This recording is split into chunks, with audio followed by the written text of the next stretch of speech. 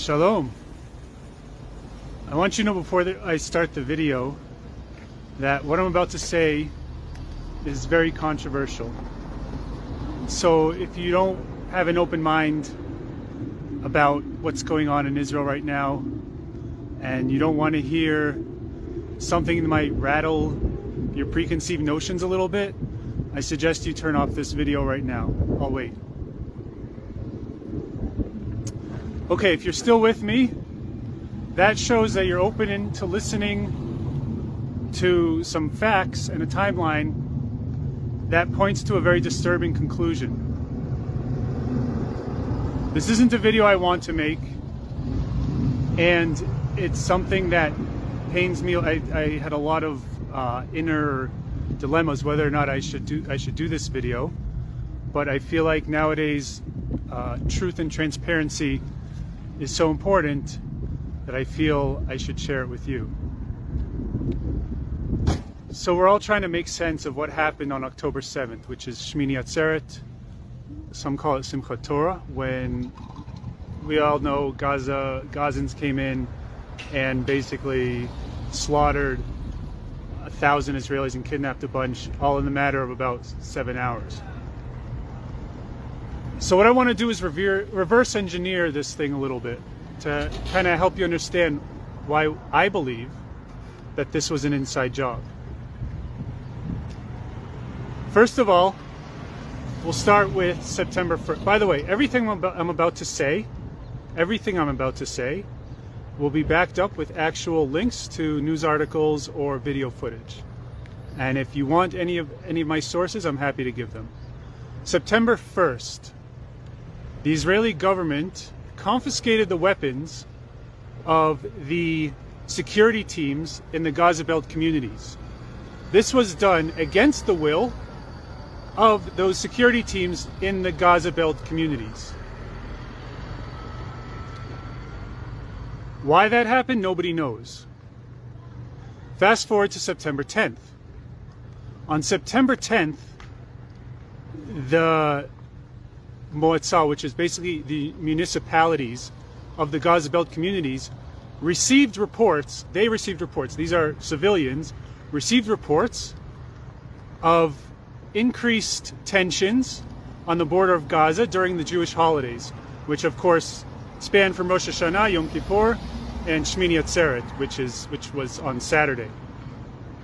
Those same heads of municipalities asked the army if they should cancel their festivities in light of the warnings of increased tensions on the border of Gaza. And what did the army say? They said, no, don't cancel anything.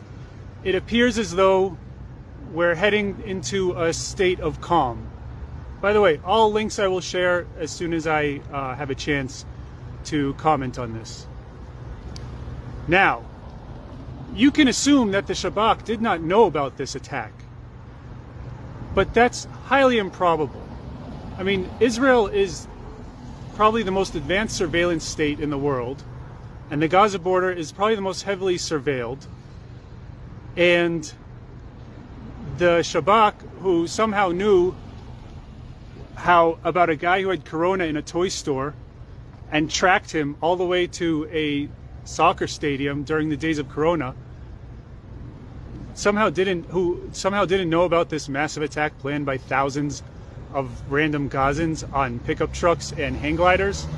Are you serious? Are you really that stupid? Do you really believe that?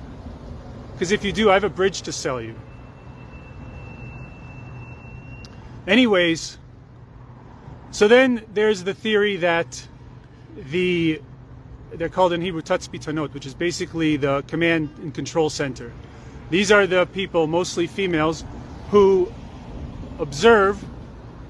tasked with observing the Gaza border fence. I say there's a theory that says that they were hacked, or that they conquered or that they blew it up before they could. They blew up the equipment that surveilled.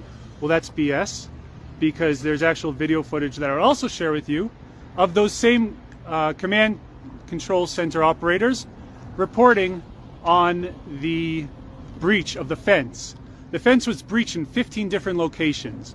And you want to tell me that the most highly advanced surveillance equipment on arguably any border in the world didn't pick that up, didn't report it? Well, they did, and it's documented.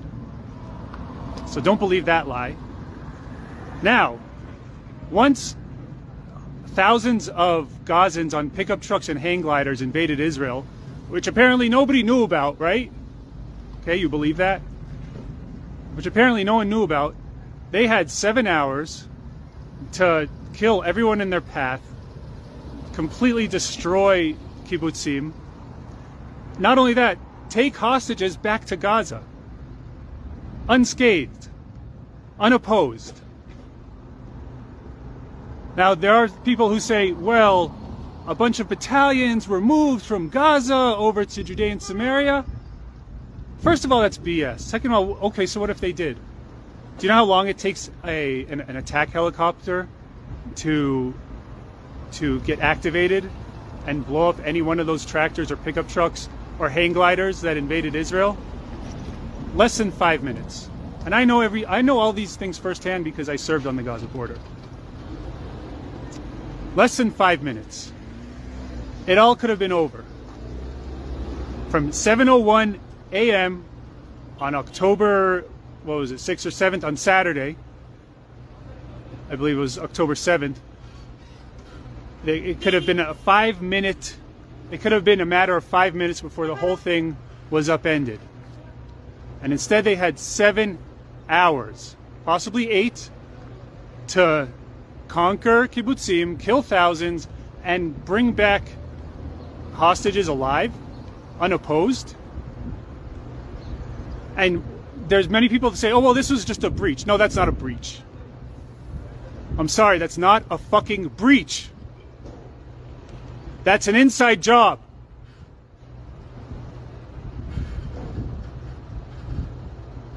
And if it's not an inside job, well, then that's even worse. Because that means that the IDF is the most incompetent military that ever walked the face of the earth. And now we're supposed to trust these people to invade Gaza. They're calling up thousands of reservists to invade Gaza under the command of a military that A, didn't see this coming, and B, is too incompetent to react to a bunch of pickup trucks with AK-47s invading Israel? You tell me which outcome is worse. What's worse? That it was an inside job? Or that the Israeli army is really this incompetent? Which one is scarier? You tell me. You tell me if you trust this same military to send in thousands of incredible Jewish souls dying to fight for this land into Gaza. And no matter how high their morale is, and it's high, and these are brave warriors, but none of it matters if the people calling the shots are the same people who allowed the Gaza militia to invade Israel's borders, kill thousands, take back hostages completely unopposed. Like I said, this is not a video I wanted to do. This is not something, and oh, by the way, now America is coming with aid.